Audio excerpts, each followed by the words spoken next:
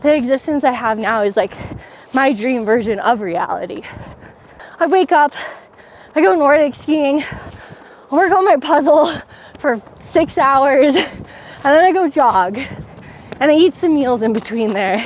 Sometimes I go to town council, and sometimes I knit, and that's all in a day's work. Hi, and welcome back to Running Rants with Helen. Like always, I'm still Helen, and this is where I rant and talk about whatever I want. And so it's December, and it's almost been a full year since I quit my last job that I had to go to and became a full-time professional trail runner for Hoka. And I feel like it's just had me like thinking and reflecting a lot about like how my life has changed, and then in the same vein like how it hasn't. And really, like, I mean, obviously the huge thing is I don't have to go to work every day, or work looks different, whatever. And I don't have to ask people for time off. But at the same time, like, the way my life has been structured since graduating college, and then once like I started running again, like, has always been like trying to spend as much time as possible outside and work as little as I can to be able to afford my life. It's the whole like live to work or work to live. And so yeah, I've just been thinking about that a lot, and how I was able to set up my life to be able to do that. And I think like a big part of that is just, yeah, and I just think like a big part of that is just like my standard of living. Because a lot of people like, they're like, oh, I can't pursue mountain running or trail running because of where I live, or living like in a mountain or ski town is too expensive, which like it is. Honestly, like I'm too poor to live here, but through like the connections that I've been able to make in this town, like I pay way under market value for rent. And a big part of that is like, so when I moved to Truckee in 2018, after I graduated from college, like I have a degree in geography, my minor's in geology, and I really didn't plan on finding a job with my degree right out of college. And like I also understand like that is a huge privilege. Like I didn't have student loans that I had to pay back, and so I just had to work a job where like I was able to pay for what I needed to.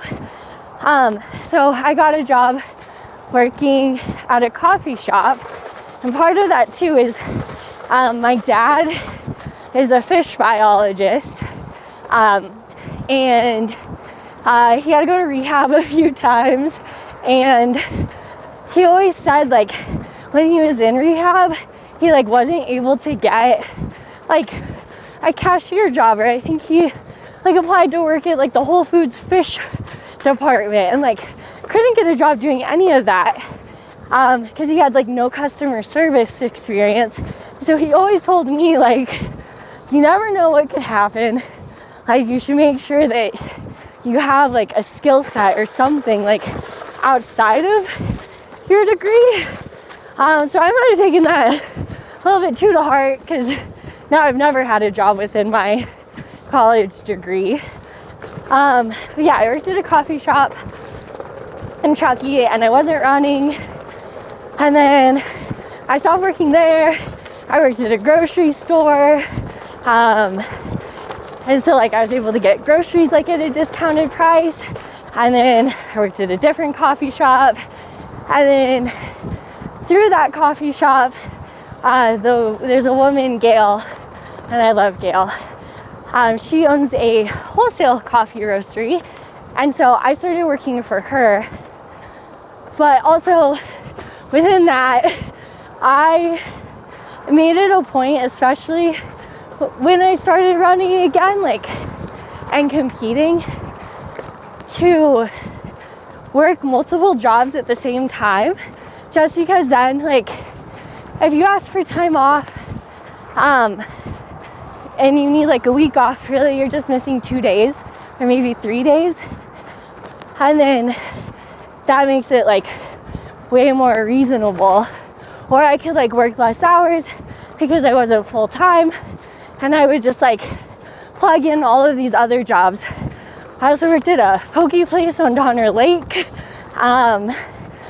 I've also gone back to jobs a lot because I think I worked at New Moon, the grocery store, like 3 times.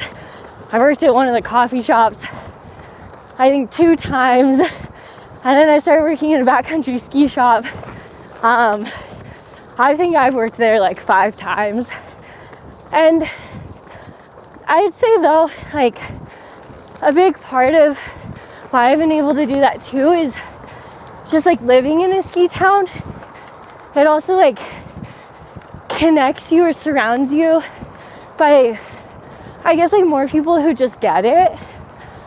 Like, I don't know, most of all of my bosses have always been like so supportive of my running, and like they'll give me time off, or like they understand that I want to have like daylight hours to myself. Oh yeah, I teach yoga. I manage the yoga studio too. But yeah, like, I think if I had already had the schedule that I wanted of working like not very much, like a lot of these places wouldn't have hired me.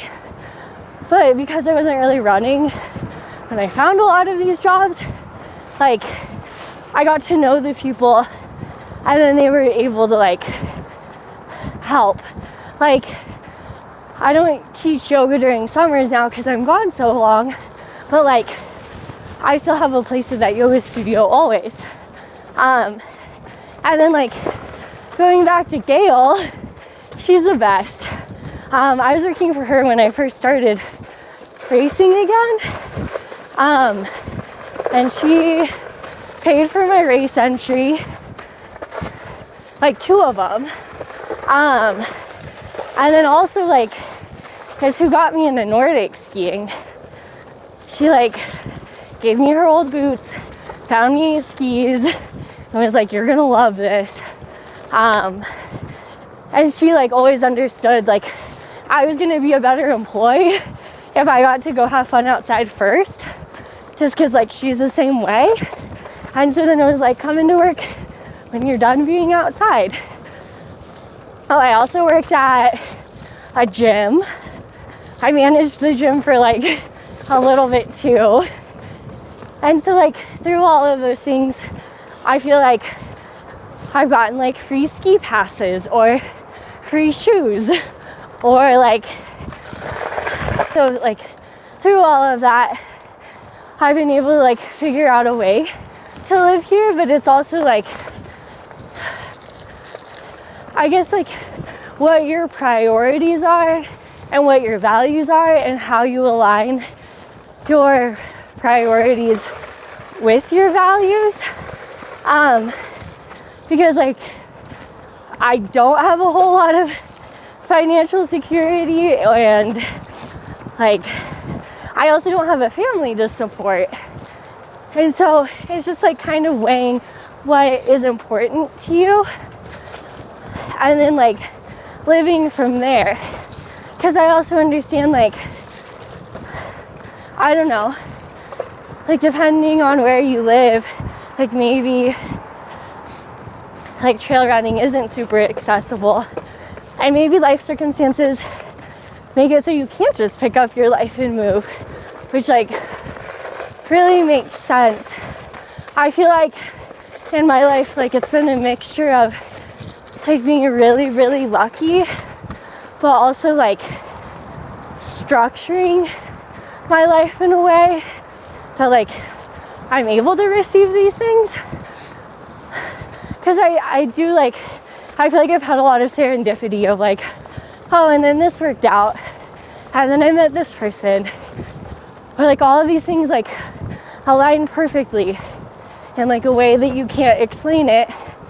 And I feel like a big part of that is just like being on the path that you're meant to be and like doing what you're supposed to do.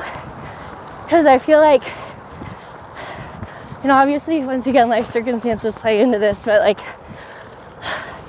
I truly don't think life is like supposed to be that hard.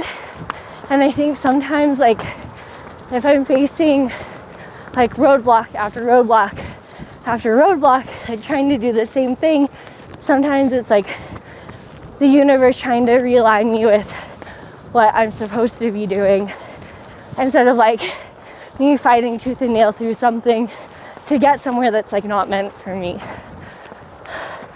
That's kind of a big hill. I also feel like if you live in a place that's like a ski town, you are, like I said, surrounded by more people who like understand your goals, or like, I don't know, most people here like don't work full time, or if they like, or people like work multiple jobs in the service industry. So I feel like it's a little bit more typical. And like there's one point where I was like, you know what, I would like more structure to my life. I would like to stop juggling schedules. I want to work one job. And so I started working for like a travel, like an adventure travel company.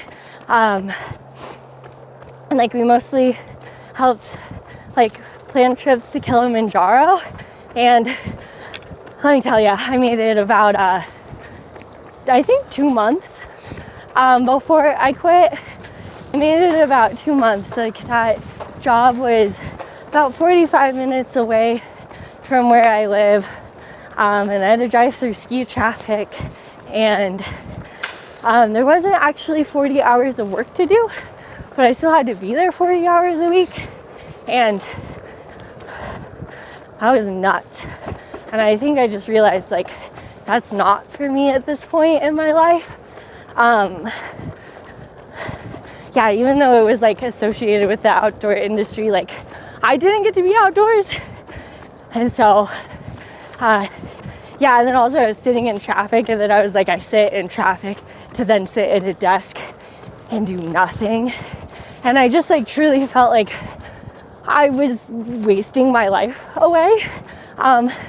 Because even if there's nothing to do, like you just can't leave. So then I went back to working at like the outdoor ski shop. And then my last job, I worked for a PA who like ran his own practice under someone else's medical license. And I was like essentially the front desk person, but also personal assistant, but also like medical assistant. Like I got to spin blood in a centrifuge, which was pretty cool. But then I also had to call roofing companies to get my boss's roof replaced. And I made it there for like a year. Because that's the other thing, I've like pretty much quit everything I've ever done. And then most of the time, sometimes I end up going back. But yeah, I worked there for about a year. But then I started getting paid by Hoka. And I think I just realized, like, I will go left. I think I just realized that money is the driving factor for me having a job, and for going to work. And so if you don't need money, I couldn't figure out why I was going to work. Which maybe that's because outside of running, I haven't truly found a job that I love, that I feel like serves a higher purpose. So then that was my last job I had. It's like when I was working at the backcountry ski shop, I feel like there were some mornings I would go Nordic ski because there's like early bird, and I was like, man, I can't wait until I get to Nordic ski, until I don't want to anymore, and the sun is up and it's warm. And I was like, I kept joking, like, I cannot wait to retire in the next 3 to 5 years. Like, I am going to retire. And I feel like a lot of my coworkers would ask me, like, how? Like, you are 26, how are you going to retire? And I just kept saying that it was none of my business. And that it would work out how it was supposed to. And I definitely don't think I ever thought it would be Hoka paying me a salary, but it was none of my business, and it did work out, and I am retired at 28, so I'm pretty stoked about that. Yeah, I think like part of this too is like, I don't want to come across as like, oh, well, I did this, and like, this is how you should do it. And like, I think it's more just sharing my experience, and like, maybe it helps. Like, I understand people have like different life circumstances that don't allow them to have certain freedoms that I've had, but like, at the same time, like, sometimes maybe we're not as stuck as we think we are, or we think that there are these roadblocks. But sometimes it's just thinking about like what we truly value, and then prioritizing our life around that. Because it's not sacrifices. I've said that like so many times, because this is like exactly how I want to be living my life. And like, I wake up every day and I get to exist in like my dream version of reality, which is super, super cool. And like, I'm just so stoked and so grateful for that. But yeah, I think part of it is like figuring out like what really matters to you, and then aligning your life like to the best of your ability around that, instead of being like, oh, I wish I had all these things, but then like not doing anything about it. Because like luck, I feel like I'm the luckiest girl in the world. Like, I've had so many lucky things happen to me, but at the same time, like, that doesn't mean you sit back and you do nothing and like you wait for the luck to happen. Because it'd be like if I just like didn't run and I'm like, oh, but I think I want to be a professional trail runner. Like, that's not really how it works. And I don't think I really know how it works. But like I said, like, this has just been my